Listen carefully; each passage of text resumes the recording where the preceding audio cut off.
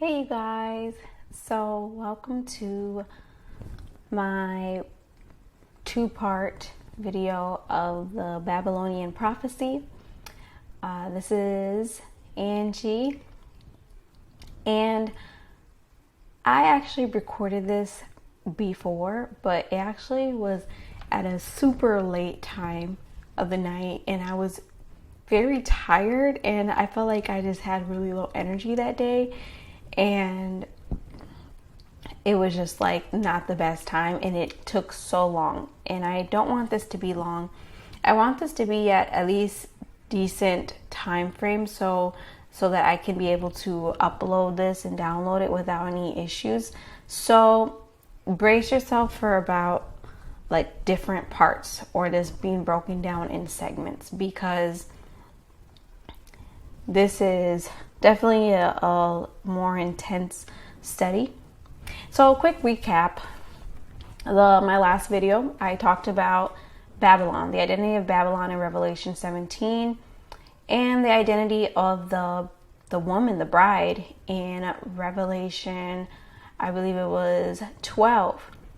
And these are two different types of women, completely opposite, that the Bible has given us. And clearly, they're not literally women. These are not to be taken in a literal sense, but these are actually symbolized church. And so in that video, I talk about how it symbolizes two different types of churches in the last days. And the bride in Revelation 12 symbolizes God's true church that keeps the commandments of God and has a testimony of Jesus Christ, and who the serpent is angry with and warring against. And then we have the woman in Revelation 17 named Babylon, who is riding the papal power, the scarlet beast. And this is the apostate church, or this is the corrupt church, the harlot church that was of God, but it began to corrupt itself and be in bed with many other religious ideas into the Christian faith, basically corrupting it and corrupting the gospel. And this, we reveal, is the power that is in control of the Roman papacy. And the church that is in power and in control of the Roman papacy is the Roman Catholic Church itself. And so that is the identity of Babylon, and that's what we talked about in that last video. In this one, we're going to talk about not only Babylon's daughters, because I ended it with Babylon's daughters, and we revealed that it was the apostate Protestant churches and all the churches that came out of Roman Catholic Church after the Reformation and the Protestant Reformation and the French Revolution, which many ideologies came out of that, and many people left the church and abandoned Christian ideas and took in other ideas instead, or they became Protestant churches, but eventually over time they began to still take with them the teachings of their mother church, the Roman Catholic Church. So this is what this video was talked about last video, part 1. In this one, though, now we're going to talk about end time unity and what is the ultimate plan of Babylon, and these ideas basically that came into the church and are going to affect the end result before Jesus comes back. So this is what this video is talking about. So Revelation warns of a unification between this church power and other powers. And let's go next here.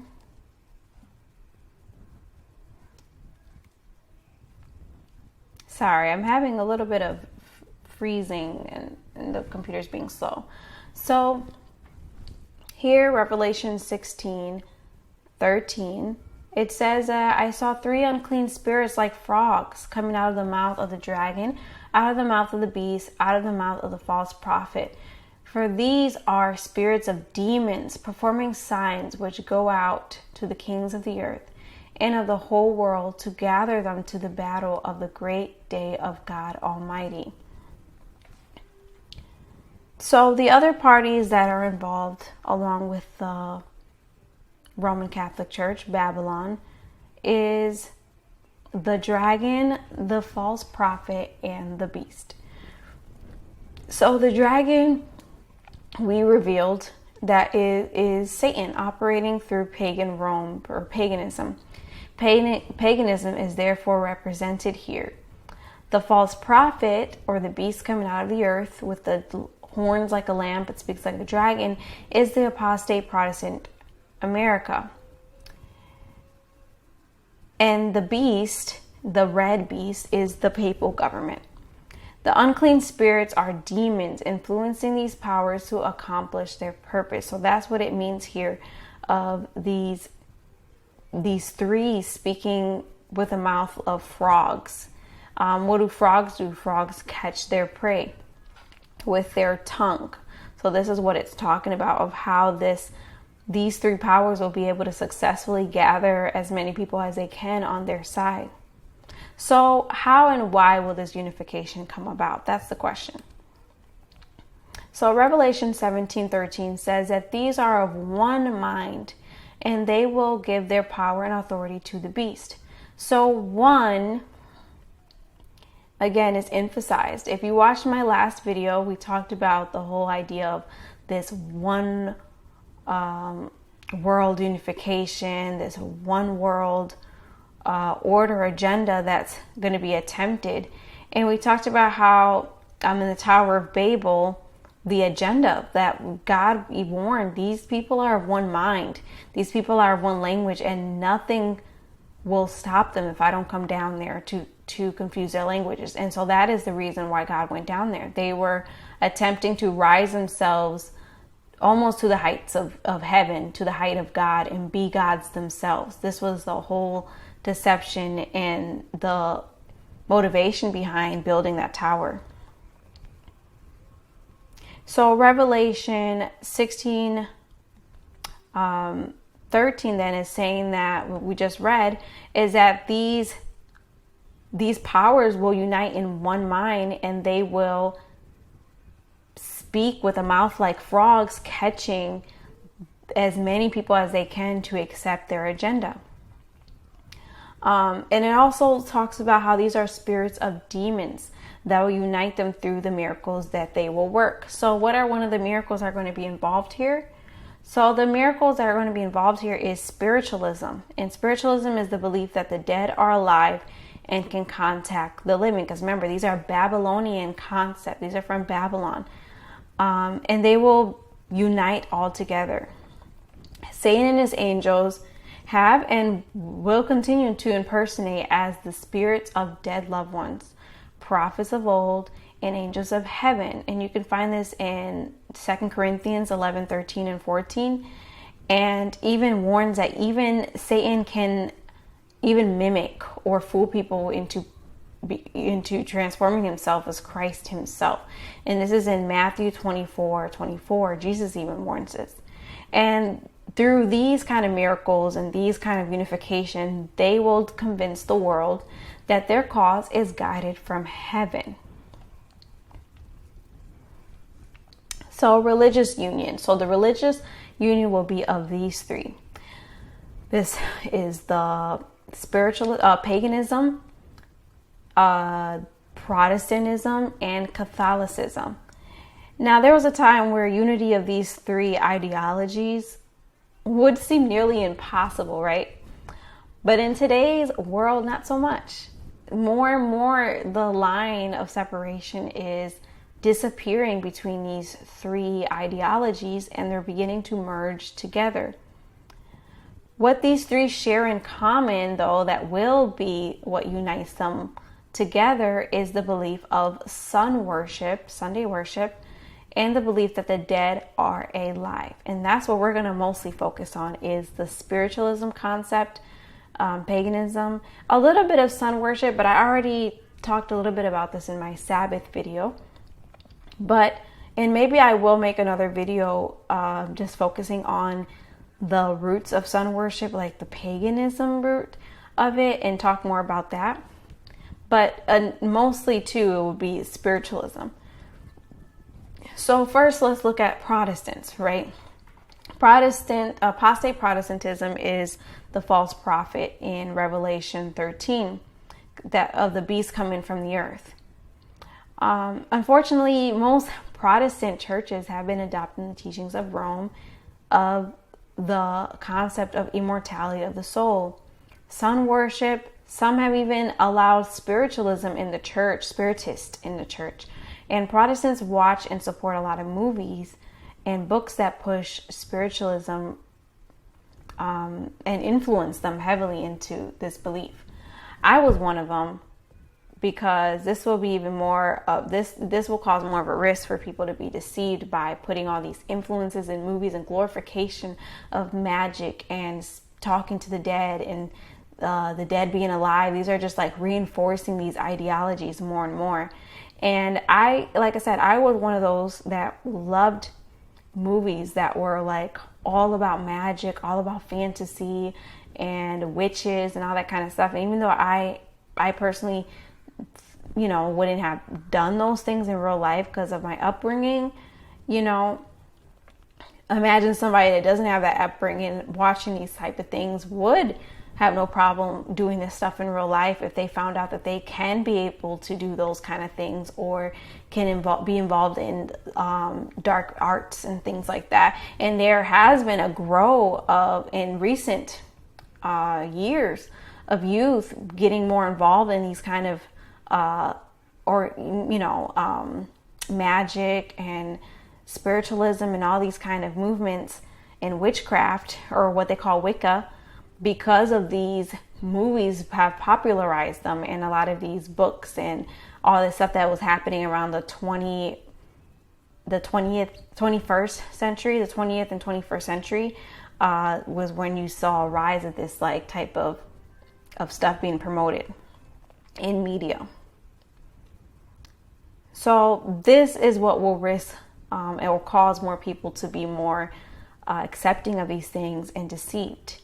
And even the charismatic movement is another example, where there's some charismatic churches and some of the most famous charismatic preachers that have done a lot of things or said a lot of things that were very similar to a lot of like paganistic ideologies and polytheism.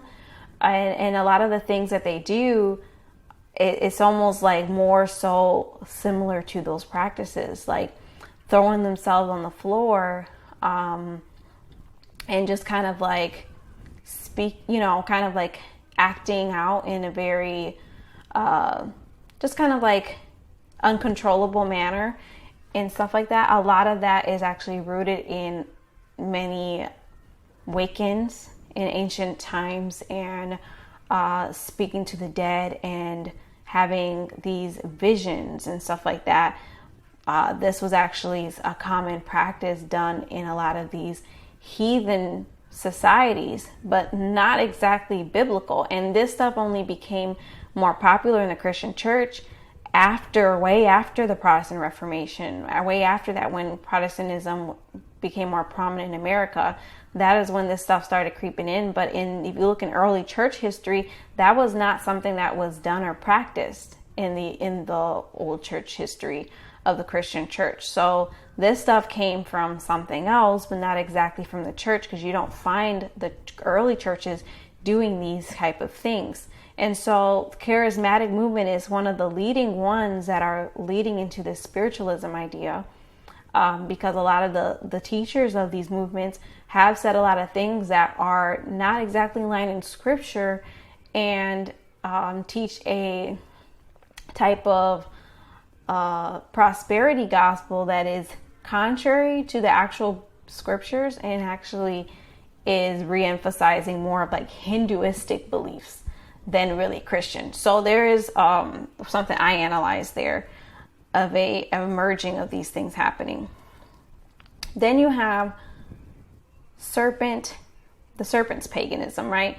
So the dragon represents paganism, and this is now a whole different there's nothing to do with Christianity, right? This is a whole nother movement that has been around for ancient times in different forms. Now, majority of these are pagan and polytheistic or esoteric religions that fall under the dragon's teachings. Majority of them, basically all of them, believe in the immortality of the soul. And so my point here is to analyze the beliefs of the modern and ancient paganism views on death. This is my point of mostly of this, the rest of these coming series or parts that I'm going to be doing, is analyzing them and connecting them to the serpent and the teachings of the serpent, and how this will all come together to play. So we already established that Sumer or Babylon originated the teachings of the immortality of the soul and the underworld. And for the Egyptians, they continue the immortal soul from their Sumerian-inspired teachings of burial. Difference is that they taught in the underworld found in the Book of the Dead, and the god Osiris rules that world. The living would bury their dead ones with their belongings and food, as they believed they would take those with them when they died. Even the servants of the high-ranking officials that died in Egypt were often killed alongside to serve them in the afterlife, because that's what they believed. Then you go to the Greek development of the Greek philosophy and paganism. They taught the dead evolved from the dead either would live a purposeless afterlife, and eventually that evolved into concepts of the underworld and a lot of the things that they took from Egyptian influences, the Greeks did, and a lot of like Eastern religions. So the Greeks began to, I would say, continue to develop these ideas. They continued the teachings of innate immortality of the soul, and that was further developed by Plato as well. Platonism, as body and soul being separate and exist outside of themselves. Pagan Rome also taught similar things, like passing through a river that led to the afterlife with a three-headed dog guarding it, and given a coin to provide a safe passage through. So they would give coins to make sure that their dead loved ones would be able to pass safely through, or they would be buried with a coin. In Hinduism, the belief also is taught that the one that dies, when they die, their souls are immortal and imperishable, that the dead will go through rebirth or reincarnation. Karma determines if they will have a better rebirth or a bad one. Buddhism, which is they're like sisters, Hinduism and Buddhism. Similar to Hindus, believe in rebirth, samsara, and eventually nirvana, a kind of heavenly place, being one with the gods. The main teachings, even in Islam, is you can find that is in immortality in hell, similar to Catholics. Catholicism teaches that same thing. They seem to teach that there is a continued existence after people die. I think they also teach that when one dies, an angel, either their guardian angel, comes and tells them where they will go, or something like that. Or their consciousness will remain, they will be conscious but be in their grave until the judgment. So there's like different viewpoints even in Islam regarding this, but the main favorite view is the same as the modern or mainstream view of hell, especially Roman Catholicism view. Then you can go to African spirituality. They teach of souls continuing after they die, belief in communication with your ancestors, that they will guide you in your life, that you can find these teachings in Yoruba culture, the Igbo culture, and even a lot of Afro-Caribbean cultures of spiritual communication. You can find that there too. Then you go to a lot of the Asian cultures, like in China.